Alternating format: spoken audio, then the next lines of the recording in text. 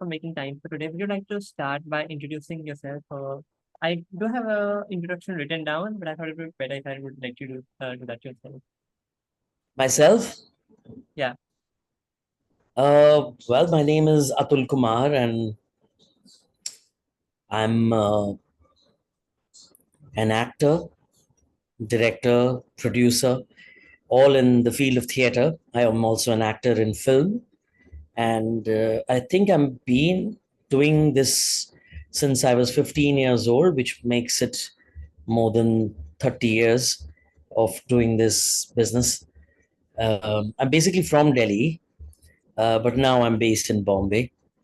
Uh, I've had two very unsuccessful marriages, but I have two wonderful children from those two marriages, my lovely daughters.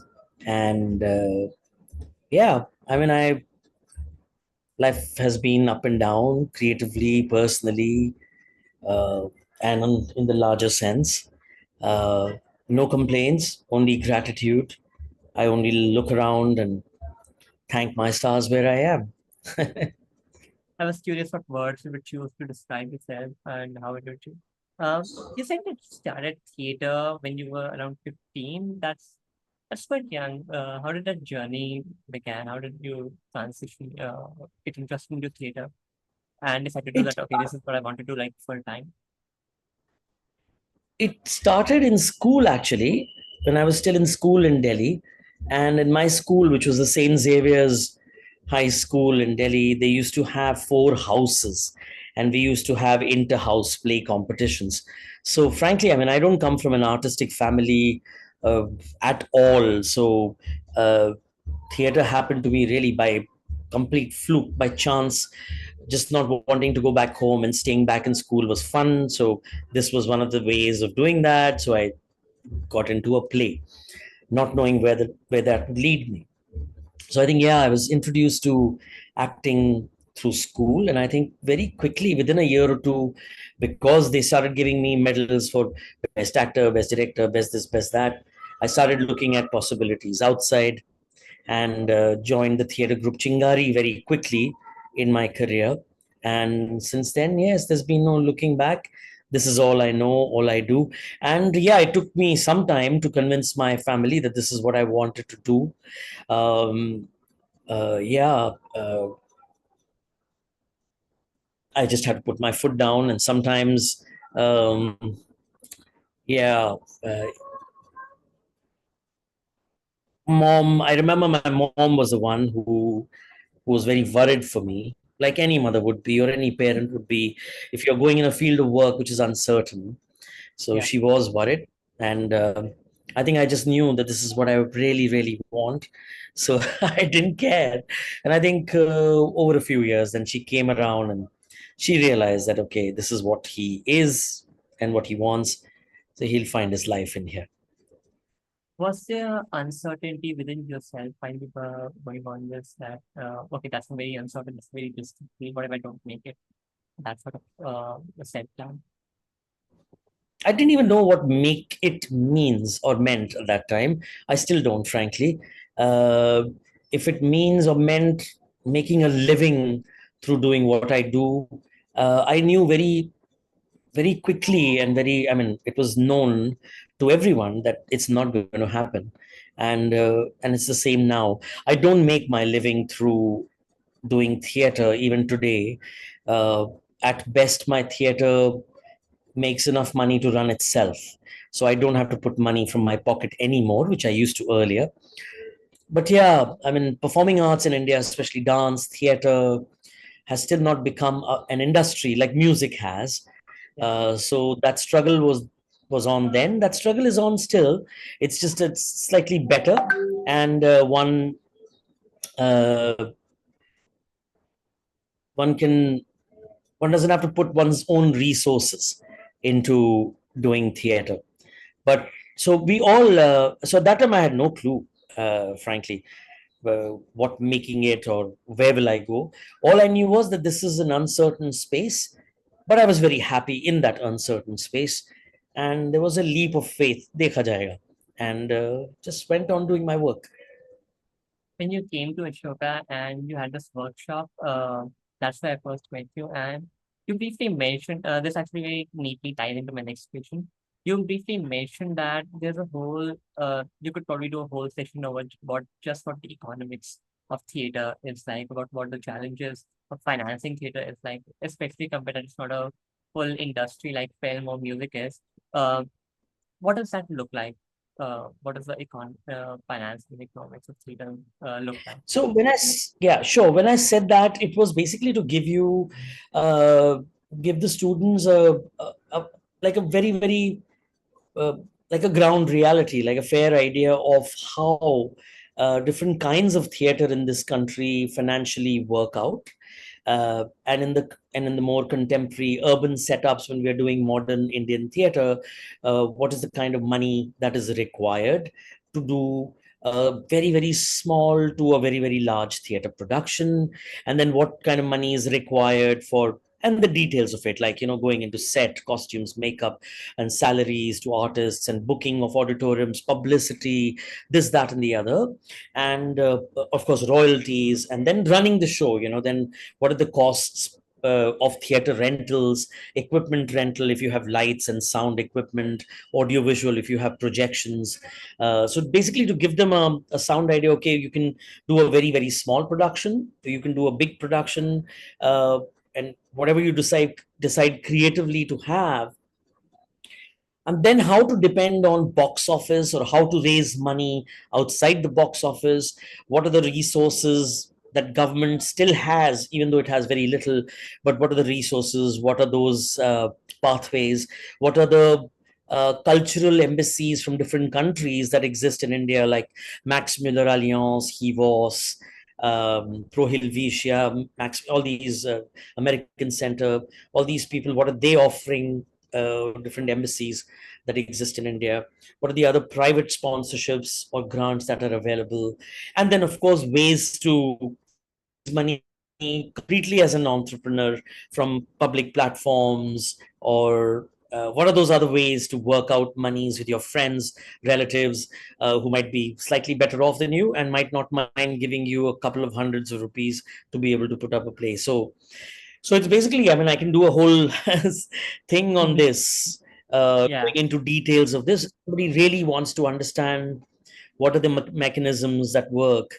And then, of course, there is commercial theater, then there is experimental theater, and then there is really theater at home, people who just wake up one morning, two friends, and say, come on, this evening let's put up a play in one of our homes and call 25 people. That's also theater. So, and then there is folk theater, classical theater, that's happening in temples, it's happening in villages all over the country. So it's also that. What are the economic structures around that? Then there's commercial, hardcore commercial theater, which mostly is bedroom farces, or TV serials on stage, basically, sex comedies most of the time, a certain kind of comedies, humor, which attract an audience. And there is a huge audience in Karnataka, in Bengal, in Delhi, in Maharashtra, for these kinds of plays. So there is a entire section of commercial Gujarati, Marathi theater, that does yeah, 3,000 shows, 5,000 shows of a play. yeah, So that's what it was, that one can do a whole session on that. yeah. And does that sort of those financial dynamics change? I guess it does, but sort of like say you're performing for for a cultural embassy for an embassy for a culture program, would that sort of say dynamics change what content you can make, what projects that you can take and what projects you can't take? Are there projects that are like just inviable because they would never be financed? Um, that sort of a thing, or there are projects that are a lot easier to finance just because the specific patrons that would gladly put money for that sort of thing.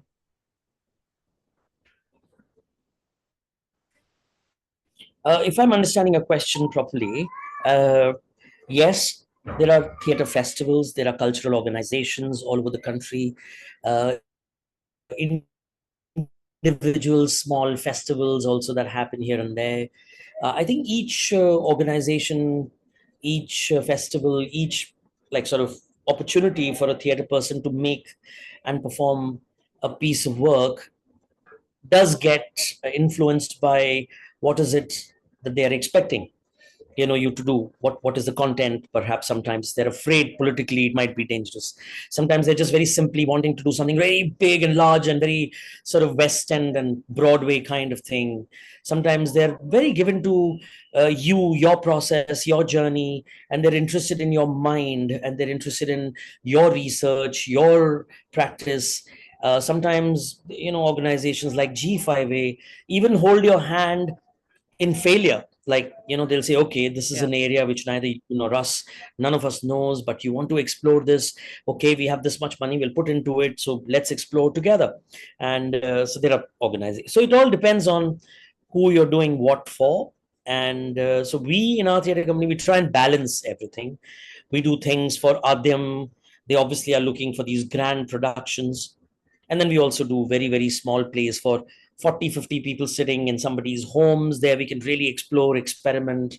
We did something called Promenade, immersive theater in our artist residency, which is in Lonavala, Kamshet, where we invited only 10 audience members, and 10 actors used to perform for just 10 audience members, one for each audience, 1-to-1 it used to be.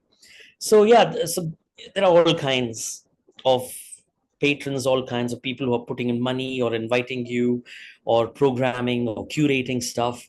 So you have to, I mean, either you're very adamant, okay, this is what I do, then obviously you'll be slated into only doing performances in those forums.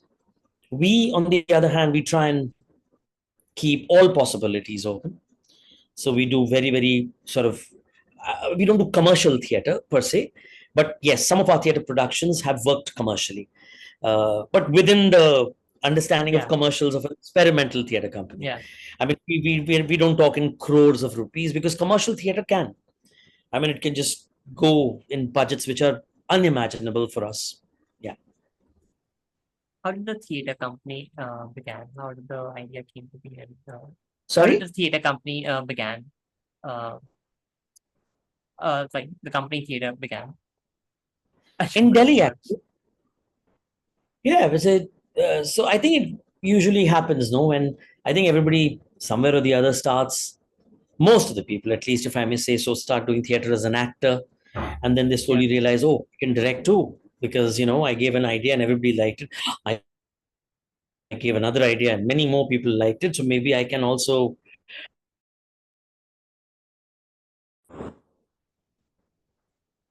And I think my internet dropped or something, and I just went off the radar. yeah, yeah. I know. We'll just skip to the next question for now, and we'll come to the TCT later on if we have time. Um, Yeah, I think that's it. That's how I launched the company in 1989. That's it. yeah, I we covered like your answer was fine till the middle of it, and then you just dropped off. I was also curious about like a lot of your work. I was just looking at your work online, and a lot of it was um, you know, also a lot of adaptation. You do a lot of adaptation work of pre-existing work, including very interestingly the Dark Side that's coming out next month, I believe.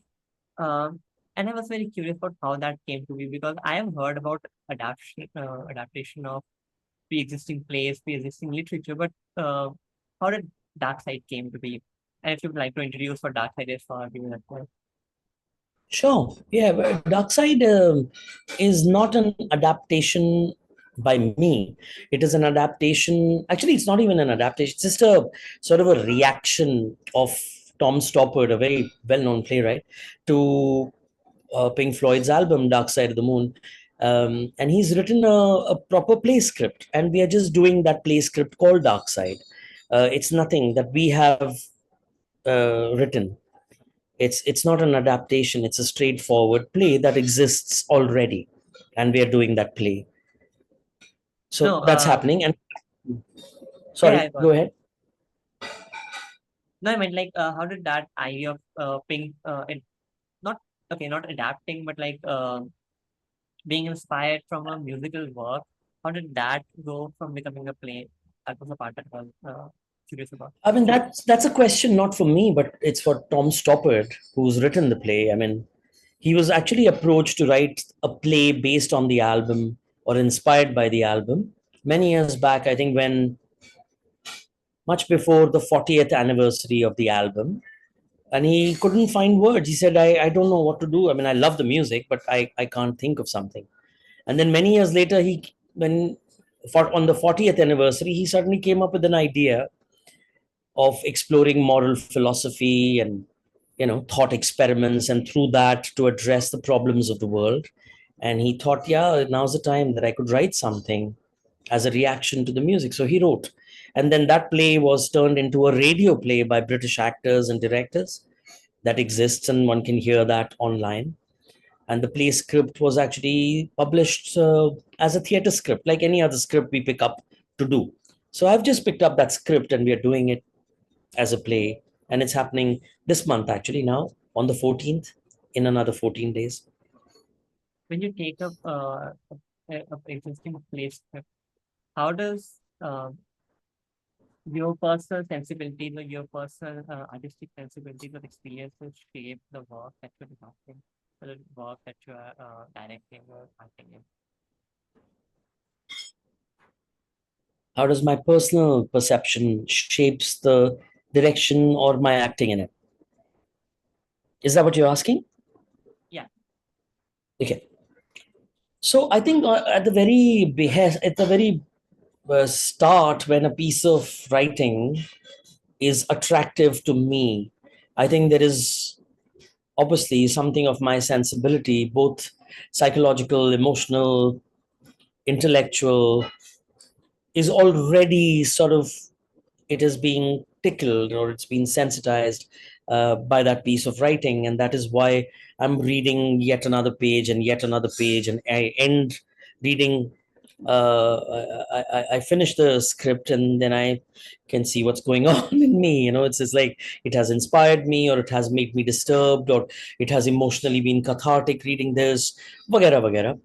So uh, there are, of course, levels of uh, my different scripts to different experiences, and the ones that really really move you, then you pick those up and you start exploring more deeper into it as to why these things happened to me, or I felt, why was this such a visceral experience reading this, or why did all those images come in my head while I was reading this play.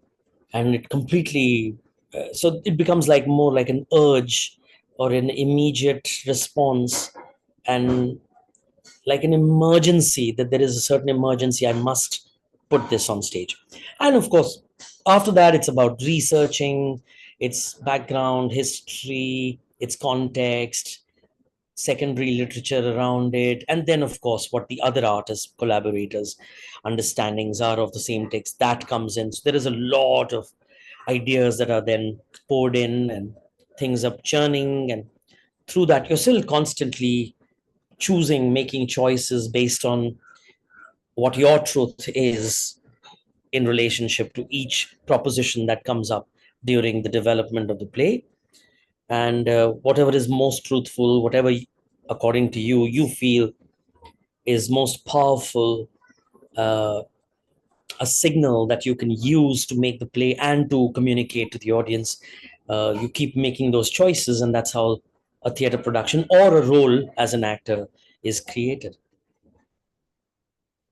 What are some of the uh, challenges of acting, like being on stage and performing that character versus directing that character? How does those two lenses differ for you? Wow, it's a very different and since I do both, I am doing both when I'm doing both. So that is sometimes a benefit, sometimes it comes in the way. By that I mean, sometimes when I'm acting, I'm also in my head directing the piece, which I should not be, because there is a director sitting just in front of me. I should ideally just give in to his or her vision and go on the journey that he or she wants to take me on. Uh, but at times there are collaborations, so I have to equally contribute to any moment's truth truths making, and then I have to make it with the director. So there is that as well. As a director, I sometimes find myself jumping on stage, and I start telling the actor what to do, and then I realize, oh my God, what am I doing? I'm not the actor. I should just sit back and help the actor evolve a moment, a gesture, a movement, or whatever character in the whole. So yeah, but at the same time, knowing the other aspect while doing one, there is a wholesome sort of connect with the piece, and it helps, even if it doesn't help on a peripheral level, on a deeper sense. There is a larger understanding that comes. However, having said that, and however, the fact is that I have directed more plays than I have acted in. I enjoy acting more than direction. Frankly, it's a beautiful space to be, where you don't have to be worried about anything. It's just a role and a piece of work in which that role is a part, and all you need is your body and yourself, and you just go to the rehearsal every day and come back free. Directors normally in this country are also producers, so with direction comes production, and with all these things comes a huge number of things that are always sitting on your head, which you have to attend. So yeah, that's something you can't run away from. How did you get into films, like working in films By recently? chance, completely by chance. I My then colleague, team member, my theater partner, my ex-wife now, she and I, we came to Bombay because she got a role in a film, and I just came hanging around with her. And then when I was here, the film was being directed by a friend, so he said, "You're also here. You're also an actor. You're just going to be hanging around. Why don't you also act?" That's it. That was it. So he just put me in the film, and It I was mean, it actually a matter. happens even. Oh, It was actually sorry. a matter. It was actually a matter of chance because the day you came for the section at Ishwaka, I had watched Talvar just the previous day, and that's how I got to know you in the first place. And then, Correct. shortly as a matter of luck, you were coming for the station. Unfortunately, I couldn't come for the play because I had the class, but I just came running down right in the middle of the workshop, if you remember. And yeah, Yeah, I remember. Yes. how did the in fact, I forgot. I lost my train of thought. I had a question, but I'm not sure if didn't really. I don't know if I'm going to explain it well. But one question that I had watching, so Ashoka has a lot of plays all the time. There was the one that by you, and there were a lot of others before that. And one question that kept on coming to me was repeating, playing out a scene in rehearsals over and over and over again must be really taxing. Must be like training to an extent. How do you maintain the authenticity? As an artist, how do you maintain the authenticity of that emotion that you're trying to depict once you have gone through it like 10 times over, the same scene 10 times over, 20 times over in rehearsals, and then even in multiple shows of the same play? How do you approach the same play when it's in its like fifth or sixth show? It's That's the job. That's the answer, really. That's the job. That's exactly what actors go to acting schools to study. Their concentration, their commitment, their discipline.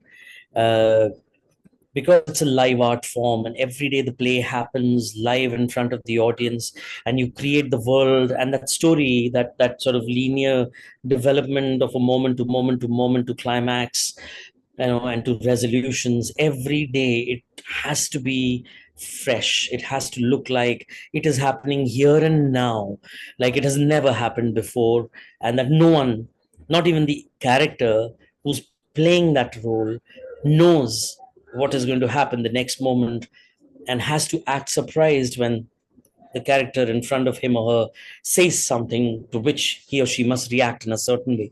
So I think that's the job. That's what acting is. That's the essence, I think, of acting, or make believe, or role playing, what have you. um, where you have to recreate uh, the same truth again and again and again. And I think you have to bring your psychological state, your mind, your body, everything that you have, uh, to be able to create that every day. And it's still okay in India because we don't really get a chance to perform every day for like weeks. But abroad in many countries, there are long runs. Like sometimes you have to perform the same thing over like 100 times, 200 times over a year, you know. Uh, Actually, if you look at it, Marathi and Gujarati commercial theater sometimes ends up doing 200 to 250 shows in a year. So they're practically performing every day of the year. So with few breaks. So I think that's what they have to do. That's their job. I think that's the Yeah. basics of the job. I think just like, I mean, a doctor has to perform a surgery, or bureaucrat has to sit and sign papers and think of solutions and stuff. Everybody, cook has to enter the kitchen and the same knife, cut same vegetables, make the same dishes again and again. Every dish Yeah. has to be fresh and as tasty and as wonderful.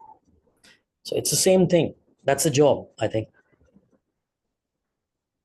Thank you so much for making time for this. I think this No, should please.